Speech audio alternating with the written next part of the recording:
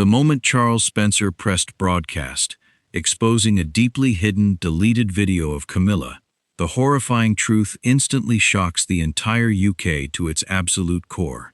As the ninth Earl and fiercely loyal protector of his late sister's legacy, Charles sat in the dim light of the Althorp archive, his decades of grief finally transforming into a righteous, blinding fury. For 28 years, the current Queen Consort had successfully hidden behind the polished, untouchable walls of the royal establishment, carefully crafting the image of a quiet, dignified matriarch. But the cold, calculating instructions captured on this grainy, forgotten tape stripped away every single regal lie. The footage didn't just show a private conversation. It showed a woman ruthlessly coordinating the exact, suffocating paparazzi swarm that hunted a vulnerable young mother to her breaking point. Why was this explosive, deleted video secretly hidden inside a hollowed-out poetry book by Diana herself? And how did elite palace fixers accidentally let it slip back into Charles Spencer's hands after decades of suppression? What exact, chilling words did Camilla whisper to a ruthless tabloid editor in that dark drawing room that forced an earl to risk the wrath of the monarchy to expose it? And now that exposing this truth shocks the entire UK, what desperate, terrifying lengths will the Crown go to in the middle of the night to silence him forever? The hum of the dehumidifiers in the Althorp estate basement was the only sound accompanying Thomas's work. As the lead archivist, he was accustomed to the scent of old paper. Today, however, the silence felt remarkably heavy. He was processing the final box of Diana's personal effects, items seized by palace aides 28 years ago and returned last week due to a clerk's legal oversight. Thomas pulled out a worn, velvet-bound copy of a 1990s poetry anthology. Strange, he thought. It felt disproportionately heavy. He ran his thumb along the gilded edges and felt a distinct gap. The center pages had been meticulously hollowed out. Inside lay a single, blank mini-DV tape. A surge of raw curiosity took over. Thomas walked to the digitization deck, sliding the cartridge into the slot. The monitor flickered, displaying a jagged, neon timestamp. August 14th, 1997. Thomas leaned in, holding his breath. The footage was grainy, the angle skewed, as if the lens were concealed inside a bookshelf. Two figures sat in an opulent drawing room. He recognized the man immediately, a ruthless tabloid editor from the late 90s. But it was the woman speaking that made Thomas's blood freeze. He didn't finish the clip. He punched the eject button with a trembling finger, snatched the tape, and sprinted up the narrow stone stairs, his heart hammering against his ribs. In the grand study above, Charles, the ninth Earl Spencer, sat reading by the tall windows. The pale afternoon light highlighted the deep lines on his face, lines carved by decades of unrelenting grief. "My lord," Thomas gasped, bursting through the heavy oak doors without knocking. Charles looked up, instantly alert at the sheer panic in the archivist's eyes. "Thomas, what is going on?" "You need to see this," Thomas interrupted, his voice cracking violently. "Right now, before the royal solicitors realize what they've accidentally given back to us." Charles didn't ask questions. The tension in the room was suffocating. He walked quickly to his secure desktop monitor. Thomas inserted the digitized file with shaking hands. Charles stared at the screen. The grainy image sharpened. He saw Camilla. Then he heard the audio, captured by a directional microphone. "She's volatile right now," Camilla's voice echoed, cold, calculated, and devoid of empathy. "If you push the photographers to surround the car at the charity gala next week, she will snap. Get the photo of her looking unhinged.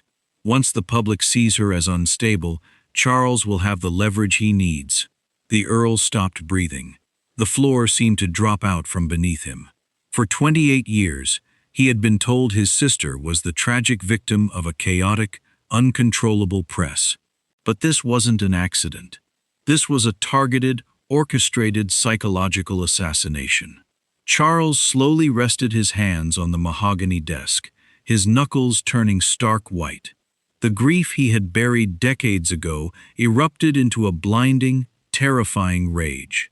He turned to Thomas, his eyes dark. "Lock the doors of the estate immediately. No one leaves, and absolutely no one enters until I say otherwise. We are at war."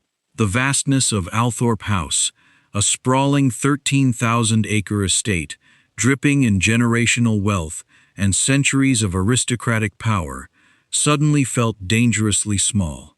Charles Spencer was a man whose bloodline predated the Windsors. Surrounded by a study lined with priceless Van Dyck portraits and antique globes that whispered of an empire built on old money and unwavering loyalty. Yet, despite his billions, nothing could buy back the sister he had lost. As Charles stared at the frozen, pixelated face of the Queen Consort on his monitor, a vivid memory flashed before his eyes, a cinematic pull backward in time to September 1997. He saw himself standing behind a lead-lined casket draped in the royal standard, the crushing weight of the world's eyes upon him as he walked down the mall. He remembered the distinct metallic clicking of thousands of camera shutters that day, a sound that had haunted his nightmares like a firing squad. He had promised in his eulogy to protect her boys, to protect her memory. He had believed the paparazzi were feral dogs acting on instinct. He never knew someone held their leashes. Thomas stood frozen by the heavy oak doors. As a third-generation employee whose family had lived on the estate's sprawling tenant farms for a century, his loyalty to the Spencers ran deeper than his own life. He watched his employer, a man who dined with kings and commanded vast international charities, shatter into something dangerously still. "My lord," Thomas whispered, breaking the suffocating silence. "The encryption on the digitization deck, it runs through a cloud verification node. If the palace's intelligence wing flagged the metadata from that box," a chilling realization washed over Charles. He glanced out the tall, mullioned windows toward the long, winding driveway of the estate. The dense tree line cast long, ominous shadows across the manicured lawns.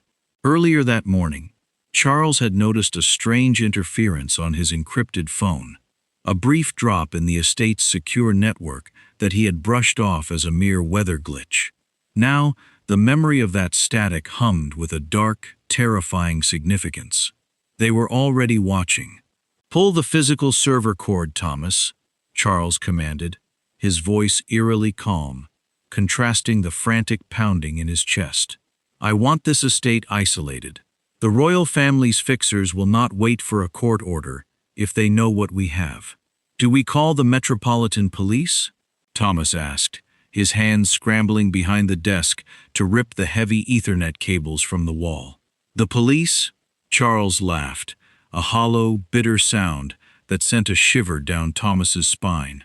"The institution we are up against owns the police. They own the narrative, but they do not own this tape." Charles gently picked up the worn, velvet-bound poetry book. He remembered Diana pressing a similar book into his hands years ago, her eyes wide with a frantic paranoia everyone had dismissed as a symptom of stress.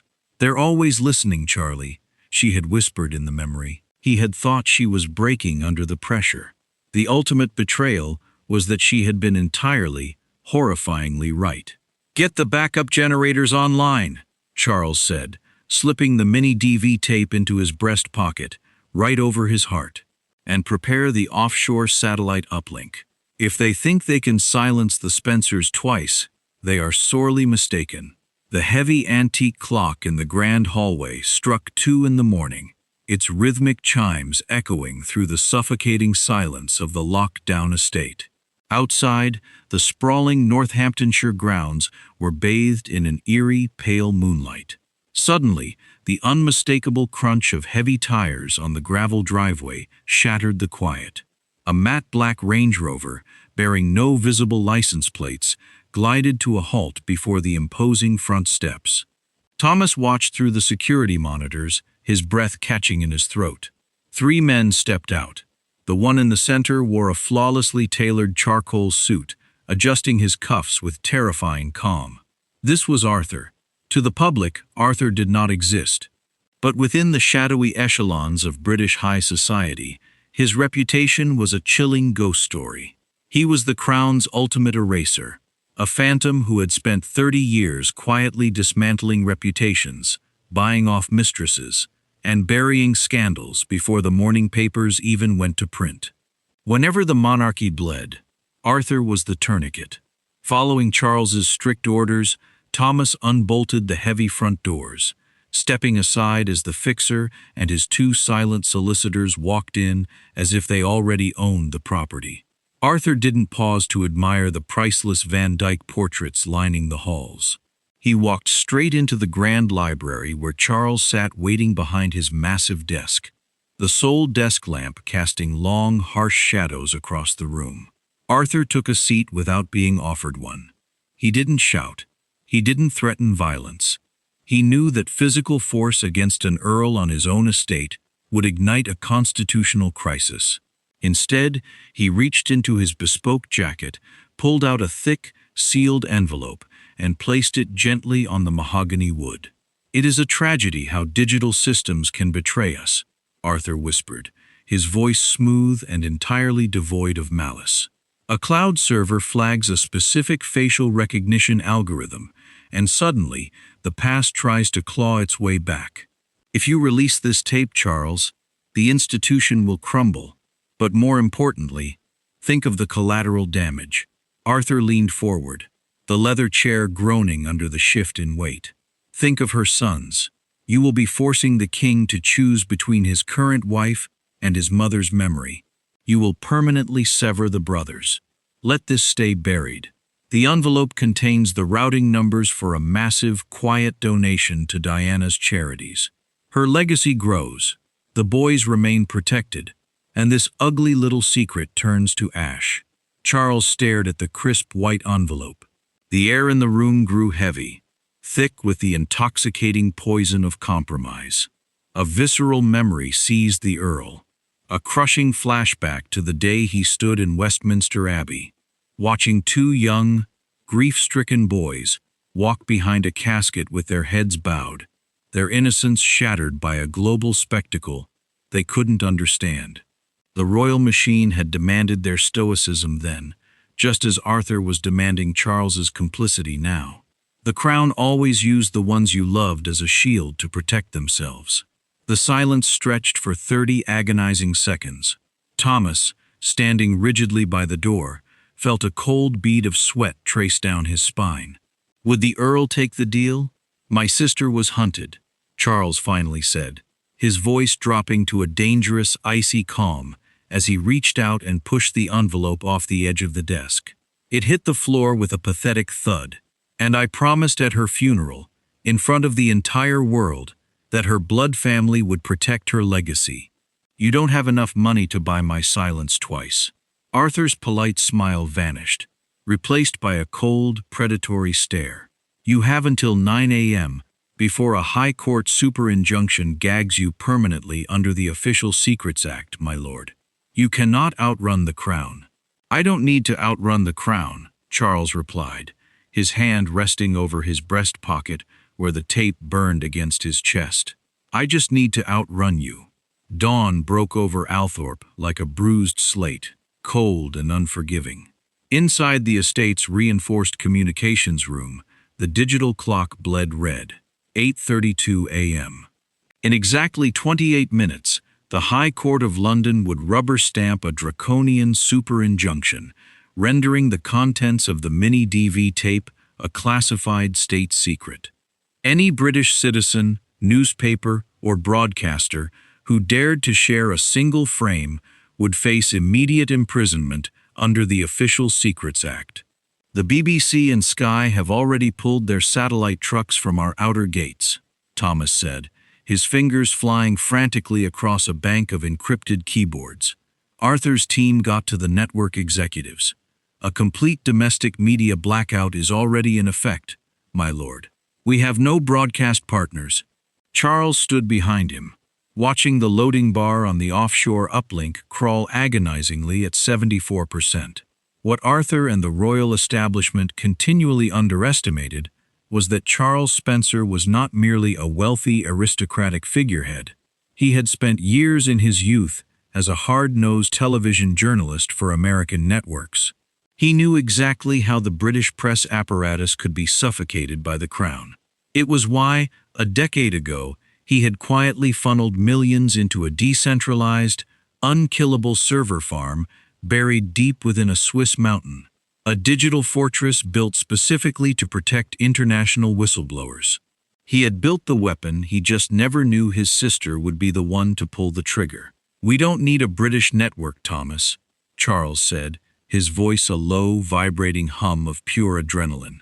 "Route the feed directly through the Geneva nodes, bounce it off the American servers, and push it live to every single one of my social media accounts. Let the palace try to arrest the internet."